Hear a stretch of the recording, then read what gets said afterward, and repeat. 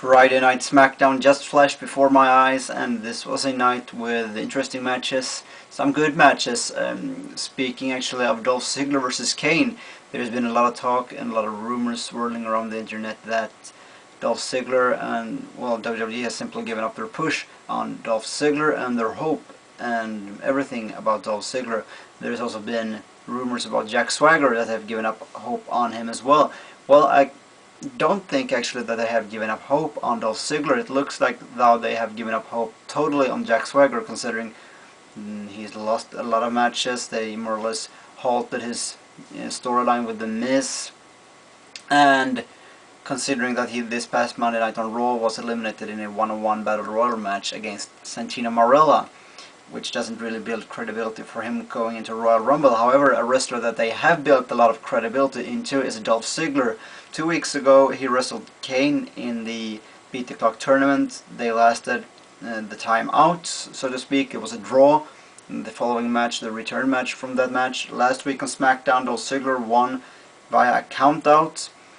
In the first match he also actually hit his finisher right after the bell rang. And last week he choked Kane out with a sleeper hold that Matt Striker brought to attention this week, used by Chief Jay Strongbow in his days. Well, this week they wrestled a good back and forth match. Dolph Ziggler looked really good. I think he got a lot of offense in. He made Kane suffer. He almost had Kane beat. I thought I had him beat with his kind of leg drop variation.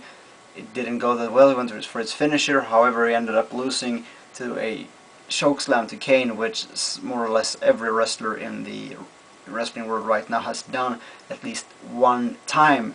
So that doesn't really hurt Dolph Ziggler. He looked really good in all these three matches. He's got a lot of momentum going into Royal Rumble, and I think he was just, this past fall, he was just a victim of unfortunate circumstances. He wrestled and feuded with Rey Mysterio. He was probably slated to win the belt from Rey Mysterio at Breaking Point, their third pay-per-view match. Rey Mysterio then was suspended 30 days, had to wrestle John Morrison, who won the belt from him. Then Dolph Ziggler wrestled with John Morrison, feuded with him, where WWE deemed that they couldn't let Morrison lose the title to Ziggler because that would kill the credibility on Morrison's behalf. So they let Morrison keep the belt, and then Drew McIntyre came around, took the belt, which kind of passed Ziggler to the side bench when it came to the Intercontinental Championship. So simply a victim of unfortunate circumstances, as I see it. Then we also had the interesting number one contender four-team fatal four-way match, where the winner won the number one contendership for the Tag Team Championship, held by D-Generation X. And this was a match featuring Crime Time, the Hart Dynasty, the kinda odd couple, Matt Hardy and Great Khali, and also the Straight Edge Society, along with CM Punk and Luke Gallows. And I like this kind of thing where they kind of salvate a fan every week, someone from the crowd, but they can't keep this going forever.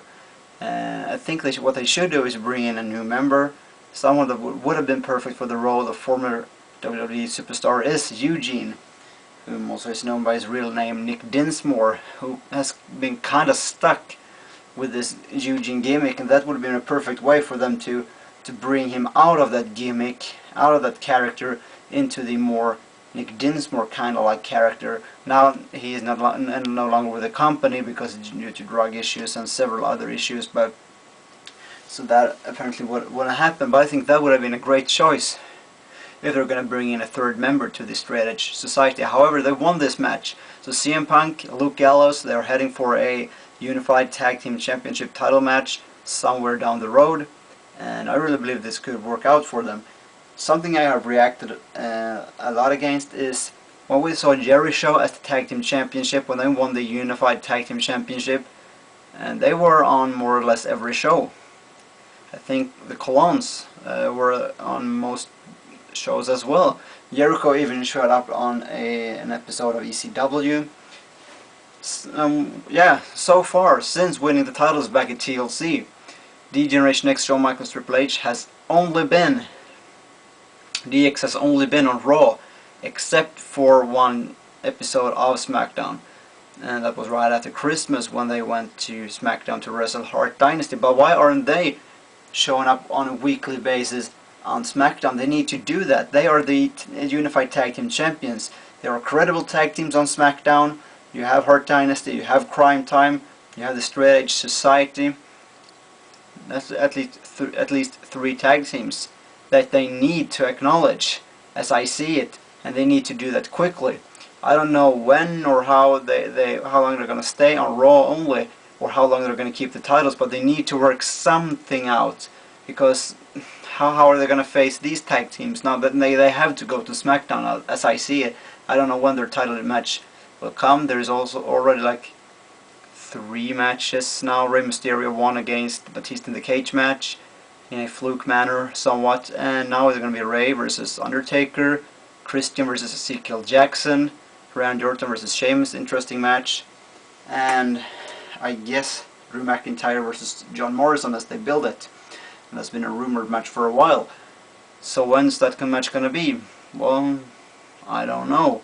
We'll just have to wait and see, I guess. But I think DX really needs to show up on SmackDown a lot more. Not only when there is a threatening tag team coming that won a #1 contenders match, but on a weekly basis. I can see, okay, ECW, I can see why, but SmackDown, why not SmackDown more often? Then we also had, as I said, Batista, Rey Mysterio. They built this up match really well with them introduced backstage and with Rey walking down the aisle. And I wasn't that big on the match because we've seen this match like 5 or 6 times since they'll have wrestled around bragging rights for the first time. Some was on some SmackDown there where Rey got a fluke victory. But they built up an interest during the night for this match, in one #1 contender match, and yeah, really well done. Rey won, and well, I really didn't want to see Batista versus Undertaker again. I really couldn't see that happening, but now we're going to see Rey Mysterio versus Undertaker. Instead we saw a match between these two on the same episode that Hart Dynasty wrestled DX, a match which Batista ruined. So yeah, it's a very interesting match, and now I, for God's sake, don't hope that Rey Mysterio win the belt. Please.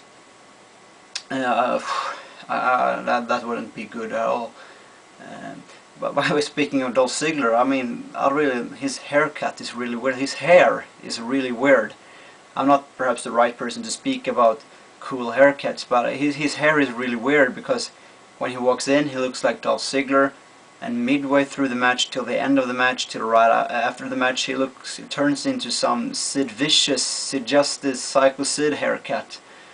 Sid Judy, the wrestler that was active in WWE in the 80s or 90s, if you remember him. I don't know what's the deal with his hair. I don't get that at all. And that was the most of these matches. And we also saw John Morrison versus Chris Jericho. Really great to see Jericho win this match. I was really afraid that he was going to lose, but he didn't. And if you want to check out wrestling here on YouTube, go to Rated R Wrestling 2. He's the guy that provides with Raw, SmackDown, ECW, and Superstars. He's got it all. You better check him out. Thank you for watching, and have a nice day.